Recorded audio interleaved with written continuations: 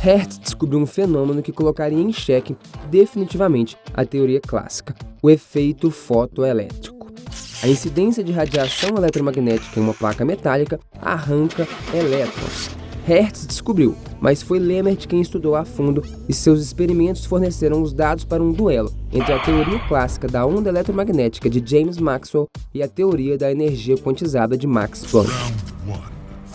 Lemert descobriu que ligando um par de placas frontais a uma bateria, os elétrons saltam da placa positiva, onde incidia a radiação ultravioleta, para a negativa, apesar de irem contra a força elétrica. Eles se comportavam como pipoca estourando na panela, que saltam e conseguem pular até a tampa, apesar da atração da gravidade. Mas aumentando a diferença de potencial entre as placas, ele fazia a corrente elétrica entre elas cessar.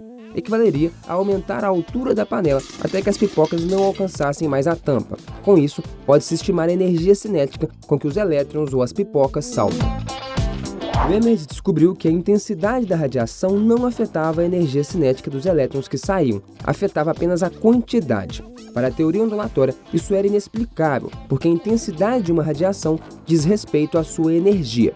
Já para a teoria quântica, a radiação menos intensa tem menos fótons, logo arranca menos elétrons. Cada fóton arranca apenas um elétron. Se aumentar a intensidade, aumenta-se o número de fótons e, portanto, mais elétrons seriam arrancados. Para a quântica, a energia de cada fóton depende apenas da frequência. Por isso, a energia envolvida em cada colisão de um fóton com um elétron é sempre a mesma, de modo que todos saltam com a mesma velocidade. É como ter menos ou mais pipocas estourando na panela, porém todas pulando à mesma altura. Outra questão problemática para a onda era o fato de radiação de baixa frequência nunca arrancar elétron, e também as que conseguiam arrancavam elétrons com mais energia cinética se a frequência aumentasse. Na teoria eletromagnética, a energia da onda é determinada a partir da intensidade dos seus campos, e não da sua frequência. Na interpretação quântica, a radiação de baixa frequência possui fótons de pouca energia, insuficiente para retirar o elétron do material. Maiores frequências teriam fótons mais energéticos que, na colisão, entregariam mais energia aos elétrons, os quais escapariam com maior energia cinética. Pipoca que não estoura, pipoca normal e super pipoca puladora. As energias dependem da frequência.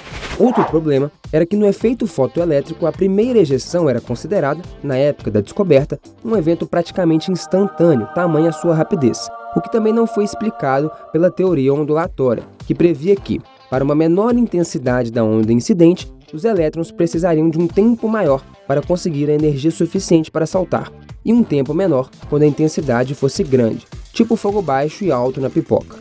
Já a teoria quântica, se baseando na probabilidade, prova que a ejeção do elétron deveria ser praticamente instantânea, resolvendo mais esse impasse.